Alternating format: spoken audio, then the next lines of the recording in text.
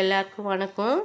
இது அர்ஜென்ட் சாப்பாடு செய்ய போகிறோம். இதுக்கு பேர் நான் அர்ஜென்ட் சாப்பாடு தான் வச்சுருக்கேன். எதுவும் வீட்டில் இல்லைனாலும் இருக்கிறத வச்சு சமைக்கிறது. கிளினிக் போயிட்டு வரத்துக்கே மணி நைட்டு 9:30 ஆகிடுச்சு.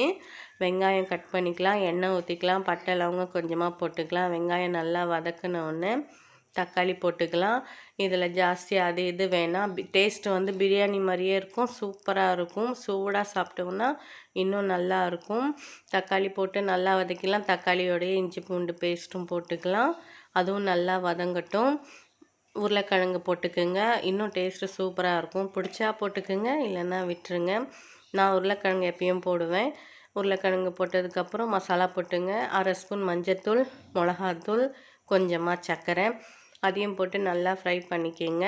நான் வந்து இதில் தயிர் கூட போடுவேன், ஆனால் போட மறந்துட்டேன். அப்புறம் துவரம்பருப்பும் அரிசியும் ஊற வச்சுருக்கோம் இல்லையா, அதையும் போட்டுக்கலாம்.